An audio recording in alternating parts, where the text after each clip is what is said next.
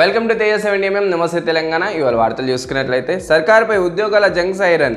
తెలంగాణ ఉద్యమం తర్వాత తొలిసారి ఉద్యోగ జేఏసీ ఏర్పాటు. చేతులు కలిపిన రాష్ట్ర ఉద్యోగాలు, ఉపాధ్యాయులు, పెన్షన్లు. 53 సంఘాల సంయుక్త ప్రకటన. హామీల అమలుకు డిమాండ్. ప్రధాన డిమాండ్లు ఏంటంటే సిపిఎస్ రద్దు చేయాలి, పాత పెన్షన్ అమలు చేయాలి, 4 బకాయిల డిఏలకు విడుదల చేయాలి, ఉద్యోగులందరికీ మొదటి తేదీనే జీతాలు ఇవ్వాలి, ఏకీకృత సర్వీసు రూల్ అమలు చేయాలి, ఆదాయ పన్ను పరిమితి కోసం కేంద్రంపై ఒత్తిడి తేవాలి, మురుగైన ఫిట్మెంట్లతో పీఆర్పీ అమలు చేయాలి, కార్యనియామకాలు చేపట్టాలి, రిటైర్డ్ ఉద్యోగులు విధుల్లోకి తీసుకోవద్దు, అక్రమ కేసులు ఎత్తేయాలి, తనిఖీలు ఆపేయాలి, కాంట్రాక్ట్ ఉద్యోగాలు క్రమబద్ధీకరించాలి, జియో 342 పునరుద్ధరించాలి, వీఆర్ఏల తిరిగి రెవెన్యూ శాఖలకు తేవాలి, పెన్షన్ల కోసం డైరెక్టరేట్ ఏర్పాటు చేయాలి. సామాన్యంగా చూసుకున్నట్లయితే తెలంగాణ ఉద్యమం సమయంలో చాలా వరకు కూడా ఆర్టీసీ ఉద్యోగాలు, అదేవిధంగా ప్రభుత్వ ఉద్యోగాలు కూడా తెలంగాణ ఉద్యమంలో ఎంతో వాళ్ళ పాత్ర పోషించారు. ఇప్పుడు మళ్ళా తెలంగాణ ప్రభుత్వ ఉద్యోగాలకు అన్యాయం జరుగుతుందని చెప్పి మళ్ళీ ఒక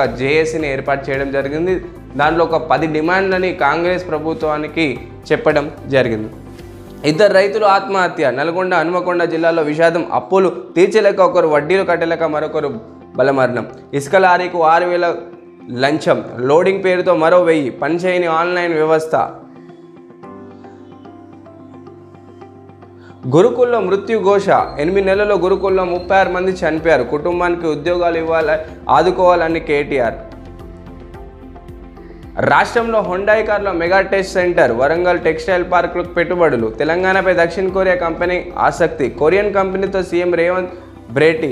అమెరికా నుంచి దక్షిణ కొరియా చేరుకున్న సీఎం. త్వరలోనే తెలంగాణ రానున్న ఎల్సీ కంపెనీ బృందం. సామాన్యంగా తెలంగాణ అభివృద్ధి కోసం గతంలోనే టెక్స్టైల్ పార్క్ అనేది రావడం జరిగింది. ఇప్పుడు మళ్ళీ హుండాయ్కి సంబంధించిన ఎల్సీ కంపెనీ కూడా రాబోతుంది. దీంతో దాదాపు తెలంగాణలో కూడా ఉపాధి సమస్య తీరే అవకాశం మనకు కనిపిస్తుంది. అసైన్ భూముల్లో వెంచరు. బహిరంగంగానే 100 ఫీట్ల రహదారుల నిర్మాణం. అసైన్దారుల నుంచి 99 ఏళ్ల లీజ్ ఒప్పందం. కొందరు రైతుల నుంచి తక్కువ ధరకే కొనుగోలు. నోటీసులు ఇచ్చి చేతులు దులుపుకున్న రెవెన్యూ శాఖ. సామాన్యంగా అసైన్ భూములు కేవలం వ్యవసాయమే చేసుకోవచ్చు, కానీ అసైన్ భూముల్లో వెంచర్లు కూడా వేసి చాలా వరకు రైతుల్ని అన్యాయం చేస్తున్నారని లబోదబా మొత్తుకుంటున్నారు. రాహుల్కి ఒక సూటి ప్రశ్న. మెగాపై ఎందుకు మౌతిక వైఖరి? 10 రోజులనే సుంకీషలపై చర్చలు తేవాలి. తెలంగాణలో మీ సర్కారు తీరు ఓకేనా? కాంగ్రెస్ అగ్రనేతకు కేటీఆర్ సూటి ప్రశ్న. కేవలం 8 నెలల్లోనే రేవంత్ తెచ్చిన 50,000 కోట్ల అప్పు.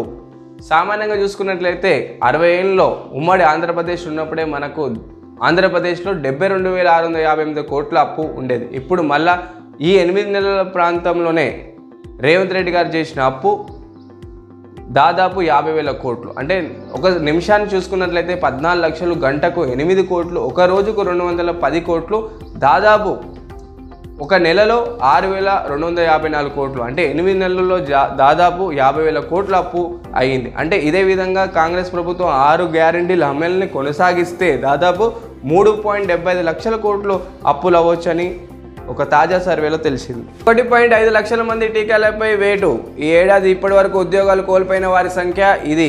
ఐటీ రంగంలో ఆగని తొలగింపులు. సామాన్యంగా 2022-2024 వరకు చూసుకున్నట్లయితే దాదాపు 5 లక్షల మంది ఉద్యోగాలను తొలగించడం జరిగింది. అంటే ప్రపంచ వ్యాప్తంగా చూసుకున్నట్లయితే ఈ 3 సంవత్సరాల్లో దాదాపు 5 లక్షల మంది ఉద్యోగాలు తొలగించడం జరిగింది. ఈ ఐటీ రంగంలో దాదాపు ఇంకా 2026 నాటికి ఈ సంఖ్య మరింత పెరగవచ్చు అని చెప్తున్నారు. రాష్ట్రంలో ప్రధాన విద్యా సంస్థల ర్యాంకులు. University of Hyderabad 25, NIT Warangal 53, Osmania university 70, IIT Hyderabad 12. భారతదేశ వ్యాప్తంగా ఐఐటి మద్రాస్ టాప్ స్థానంలో నిలిచింది. అదేవిధంగా ఐఐటి హైదరాబాద్ 12వ స్థానంలో నిలిచింది. దేశవ్యాప్తంగా వైద్యుల ఆందోళనల. అత్యాచార ఘటనపై సిట్టింగ్ జడ్జితో విచారణకు డిమాండ్. రాష్ట్రంలో వైద్య సేవలకు అంతరాయం. నాగర్ కర్నూలులో జూడాలో కొవ్వొత్తుల ర్యాలీ.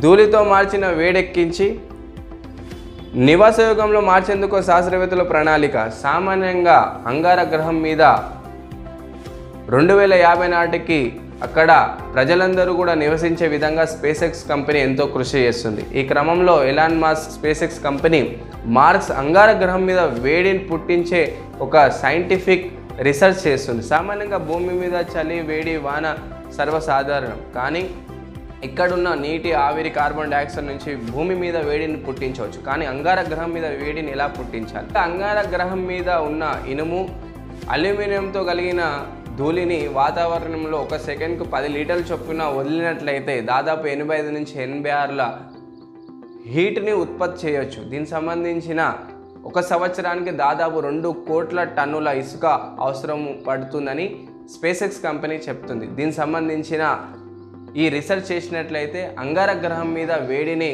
ఉత్పత్తి చేయొచ్చు అని చెప్తున్నారు.